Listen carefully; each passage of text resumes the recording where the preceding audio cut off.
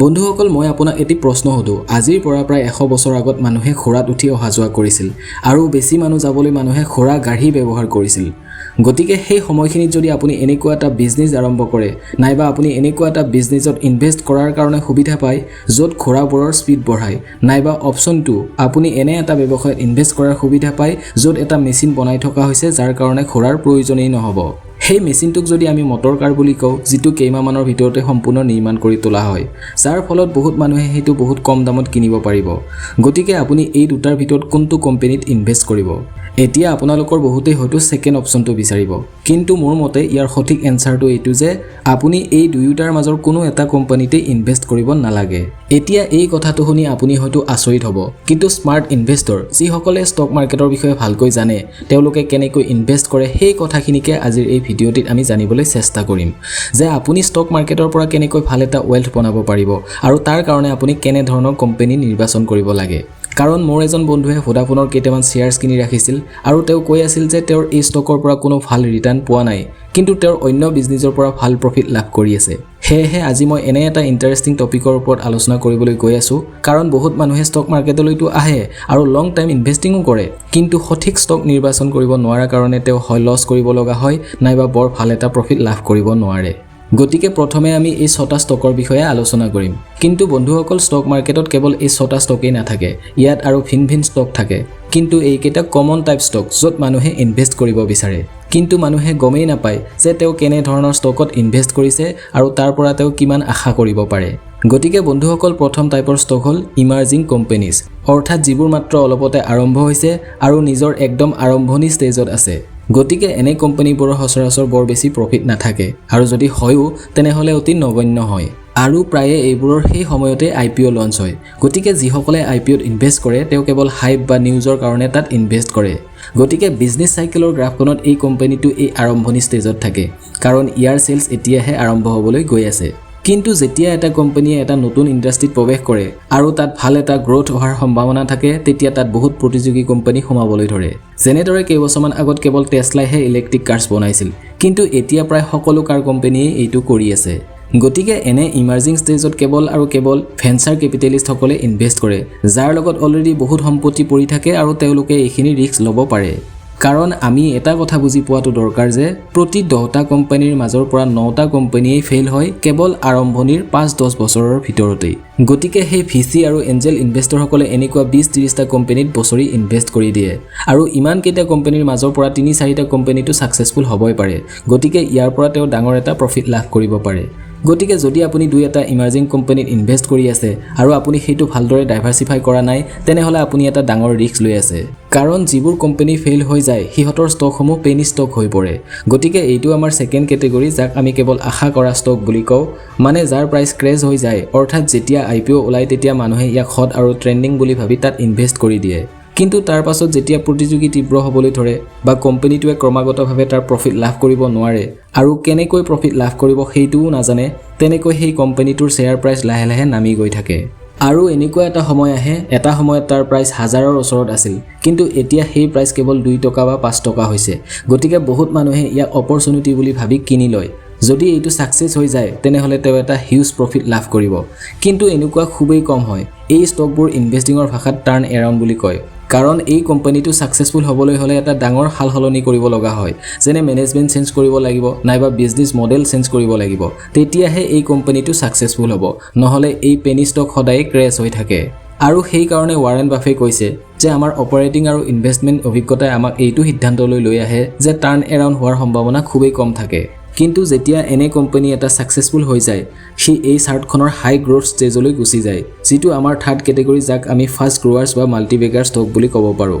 কাৰণ ই অতি কম সময়তে অৰ্থাৎ কেইবছৰমানৰ ভিতৰতে 10ৰ পৰা 20 গুণ বা 100 গুণ ৰিটাৰ্ণো দিব পাৰে কিন্তু যেনেদৰে আমি প্ৰথমতেই কৈছিলো যে ইয়াক বিচাৰি উলিওৱাটো ইমান সহজ নহয় কাৰণ এটা সেক্টৰতে আপুনি 10ৰ পৰা 12টা কোম্পানীৰ মাজত কম্পিটিশন কৰি থকা দেখা পাব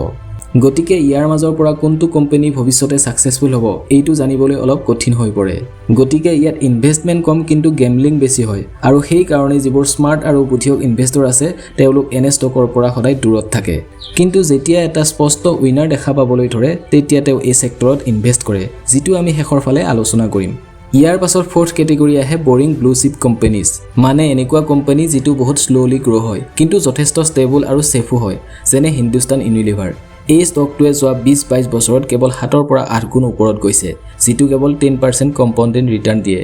যদি আপুনি আমেৰিকান কোম্পানীৰ কথা কয় তেনেহ'লে P&G এটা উদাহৰণ, যিটো যোৱা 50 বছৰ ধৰি কণ্টিনিউৱাছলি স্থিৰভাৱে গ্ৰ' হৈ গৈ আছে। লগতে ই ৰেগুলাৰ এটা ডিভিডেণ্ড ইনকামো দি আছে নিজৰ শ্বেয়াৰ হোল্ডাৰসকলক। গতিকে এনে শ্বেয়াৰৰ পৰা আপুনি মাল্টিবিগাৰ প্ৰফিট লাভ কৰিব নোৱাৰে, কিন্তু লং টাইমলৈ আপোনাৰ মূলধন সুৰক্ষিত থাকিব আৰু সেইটো লাহে লাহে এটা ভাল গ্ৰ'থ হৈ থাকিব। গতিকে যিসকল লোকে অৱসৰ বিচাৰে বা যিয়ে এটা ডাঙৰ এমাউণ্ট ইনভেষ্ট কৰিব বিচাৰে, যাৰ বিনিময়ত তেওঁ এটা ৰেগুলাৰ ইনকাম বিচাৰে, তেনেহ'লে তেওঁ এনেকুৱা কোম্পানীত ইনভেষ্ট কৰিব পাৰে। ইয়াৰ পাছত ফিফথ কেটেগৰীত যিবোৰ কোম্পানী আছে সেইবোৰ ডিক্লাইনিং ফেজত আছে, অৰ্থাৎ এটা সময়ত ই এটা হাই গ্ৰ'থ ষ্টক আছিলে আৰু তেওঁলোকৰ প্ৰডাক্ট বহুত পপুলাৰ আছিলে, কিন্তু এতিয়া লাহে লাহে তাৰ ডিমাণ্ড কমিবলৈ ধৰে, যাৰ ফলত তেওঁলোকৰ প্ৰফিট কমিবলৈ ধৰে আৰু আল্টিমেটলি তেওঁলোকৰ শ্বেয়াৰ প্ৰাইজো ডাউন হ'বলৈ ধৰে। যেনে সকলো অইল আৰু পেট্ৰলিয়াম কোম্পানীজ যেনে ONGC বা কোল ইণ্ডিয়া, নাইবা আগৰ দিনৰে টেকন'লজি ব্যৱহাৰ কৰা কোম্পানী যেনে জেৰক্স, কোডাক ইত্যাদি। সেয়েহে সবচে বেষ্ট কোম্পানীজ সেইবোৰ যিয়ে সদায় নিউ প্ৰডাক্টছ আৰু নিউ মাৰ্কেটলৈ এণ্ট্ৰি কৰি থাকে। যেনে উদাহৰণস্বৰূপে 1990ত টাইটান কোম্পানীটোৱে কেৱল ঘড়ী বিক্ৰী কৰিছিল, কিন্তু যেতিয়া মাৰ্কেট চেঞ্জ হ'বলৈ ধৰিলে আৰু কম্পিউটাৰ আৰু মোবাইল ওলাবলৈ ধৰিলে, তেতিয়া তেওঁলোকে এইটো বুজি পালে যে ভৱিষ্যতে হয়তো ঘড়ীৰ ইমান ডিমাণ্ড নাথাকিব। গতিকে তেওঁলোকে অন্য ব্যৱসায়ত ডাইভাৰ্চিফাই কৰিবলৈ আৰম্ভ কৰিলে আৰু এতিয়া টাইটান কোম্পানীৰ 80% প্ৰফিট জুৱেলাৰীৰ বিজনেছৰ পৰা আহে। গতিকে যেতিয়া ৰাকেশ ঝুনঝুনৱালাই এইটো নটিচ কৰিছিল যে ইয়াৰে মেনেজমেণ্টে কেনেকৈ কোম্পানীটো গ্ৰ' কৰিবলৈ চেষ্টা কৰিছে আৰু তেওঁলোকে কি কি ষ্টেপ হাতত লৈছে, তেতিয়া তেওঁ এটা ডাঙৰ এমাউণ্ট ইয়াত ইনভেষ্ট কৰিলে। কাৰণ এতিয়া গ'ল্ড আৰু জুৱেলাৰী এনেকুৱা এটা ব্যৱসায় যিটো খুব সম্ভৱ কেতিয়াও ভাৰতত ইয়াৰ প্ৰয়োজনীয়তা নকমে। নাইবা একেখিনি বস্তুকে আপুনি আমেৰিকাৰ বহুত কোম্পানীটো দেখিবলৈ পাব। যেনে যেতিয়া এপল কোম্পানীটো আৰম্ভ হৈছিল, তেতিয়া আৰম্ভণিতে ই কেৱল কম্পিউটাৰ নিৰ্মাণ কৰিছিল। তাৰ পাছত তেওঁলোকে আইপড উলিয়ালে। তাৰ পাছত যেতিয়া মোবাইল ফোন লঞ্চ হ'ল আৰু প্ৰত্যেক মানুহে মোবাইল ব্যৱহাৰ কৰিব ধৰিলে, তেতিয়া তেওঁলোকে আইফোন লঞ্চ কৰিলে। আৰু মোবাইল ফোন ইণ্ডাষ্ট্ৰীত এওঁলোকে চবতকৈ পিছত এণ্ট্ৰি কৰিছিল, কিন্তু তথাপিও ই আজি পৃথিৱীৰ আটাইতকৈ ডাঙৰ মোবাইল কোম্পানী হৈ পৰিছে। কাৰণ যেতিয়াই ইয়াৰ প্ৰডাক্টৰ ডিমাণ্ড কমিবলৈ ধৰে, তেতিয়াই ই নতুন ইমাৰ্জিং কোম্পানীত সোমাই পৰে আৰু ডিক্লাইনিং কোম্পানীৰ সলনি পুনৰ এটা ইমাৰ্জিং কোম্পানী হৈ পৰে।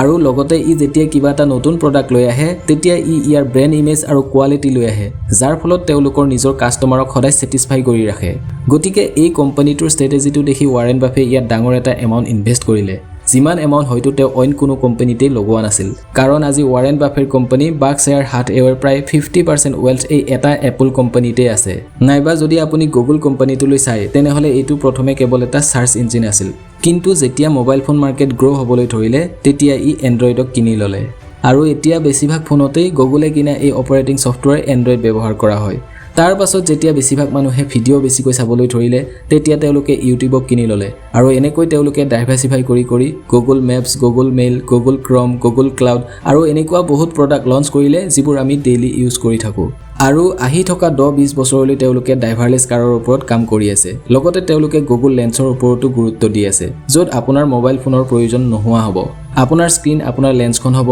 আৰু আপুনি গোটেইবোৰ কাম ভইচ কমাণ্ডৰ জৰিয়তে কৰিব পাৰিব আৰু আপোনাৰ সকলো ফোন কলছ, ইমেজেছ ইয়াৰ অপাৰেটিং ছিষ্টেমত মজুত থাকিব। গতিকে কালি যদি কোনোবাই মোবাইল ফোনৰ পৰিৱৰ্তে ৱাটছ ব্যৱহাৰ কৰিব ধৰে বা VR গ্লাছক মোবাইল ফোনৰ দৰে ব্যৱহাৰ কৰিব ধৰে, তেতিয়াও এই ছফ্টৱেৰ কোম্পানীসমূহৰ লগত আপোনাৰ আটাইখিনি ডাটা উপলব্ধ থাকিব,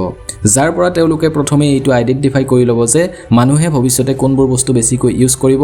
আৰু তেনেকৈ তেওঁলোকে ইয়াৰ কাৰণে নতুন নতুন প্ৰডাক্ট উদ্ভাৱন কৰি থাকিব।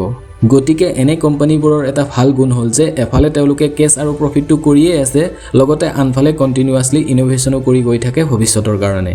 গতিকে যদি আপুনি ভোডাফোন বা য়েছ বেংকৰ দৰে কোম্পানীত ইনভেষ্ট কৰে, যিয়ে অলৰেডি ষ্ট্ৰাগল কৰি আছে আৰু নেক্সট 2-3 বছৰত তাৰ কি হ'ব সেইটোও আপুনি নাজানে, তেনেহ'লে আপুনি ইয়াত কেৱল গেম্বলিং কৰি গৈ আছে। কাৰণ এই কোম্পানীটোৱে ফিউচাৰৰ কাৰণে কোনো বিশেষ পদক্ষেপ ল'বই পৰা নাই আৰু আপুনি তাত এইটো আশা কৰি বহি আছে যে ই আপোনাক ভৱিষ্যতে মাল্টিবেগাৰ ৰিটাৰ্ণ আনি দিব। কিন্তু যেতিয়া আপুনি গুগল বা এপলৰ দৰে কোম্পানীত ইনভেষ্ট কৰে, তেনেহ'লে তেওঁলোকৰ ডিক্লাইন হোৱা চান্সেছ বাকী কোম্পানীজবোৰতকৈ বহুত কম থাকে। কাৰণ তেওঁলোকে সদায় এটা বৃহৎ এমাউণ্ট R&D আৰু ইনোভেশ্যনৰ ওপৰত নিয়োগ কৰি ৰাখে আৰু সেয়েহে এনে কোম্পানীবোৰত আপোনাৰ ৱেল্থ কণ্টিনিউৱাছলি গ্ৰ' হ'ব পাৰে। বন্ধুসকল, মই আপোনাক কোনো নিৰ্দিষ্ট ষ্টক ৰিকমেণ্ডেশ্যন কৰা নাই। আপুনি সদায় নিজৰ ৰিচাৰ্চ নিজেই কৰাটো দৰকাৰ। কিন্তু এটা কথা আমি সকলোৱে জানো যে টেকন'লজি আৰু ইনোভেশ্যনৰ কাৰণে US কোম্পানীবোৰ বহুত আগত আছে সেয়েহে আপুনি ইণ্ডিয়ান কোম্পানীৰ লগতে US টেক কোম্পানীটো ইনভেষ্ট কৰিব পাৰে সঠিক ৰিচাৰ্চ আৰু সঠিক ষ্টক নিৰ্বাচনে আপোনাৰ ইনভেষ্টমেণ্টক লং টাইমৰ কাৰণে ভাল এটা গ্ৰোথ আনি দিব পাৰে বন্ধুসকল আজিৰ ভিডিঅ'টিত এইখিনি কথাই আলোচনা কৰিলো পৰৱৰ্তী সময়ত যদি সুবিধা হয় ইয়াৰ ওপৰত আৰু বিভিন্ন ভিডিঅ' বনাবলৈ চেষ্টা কৰিম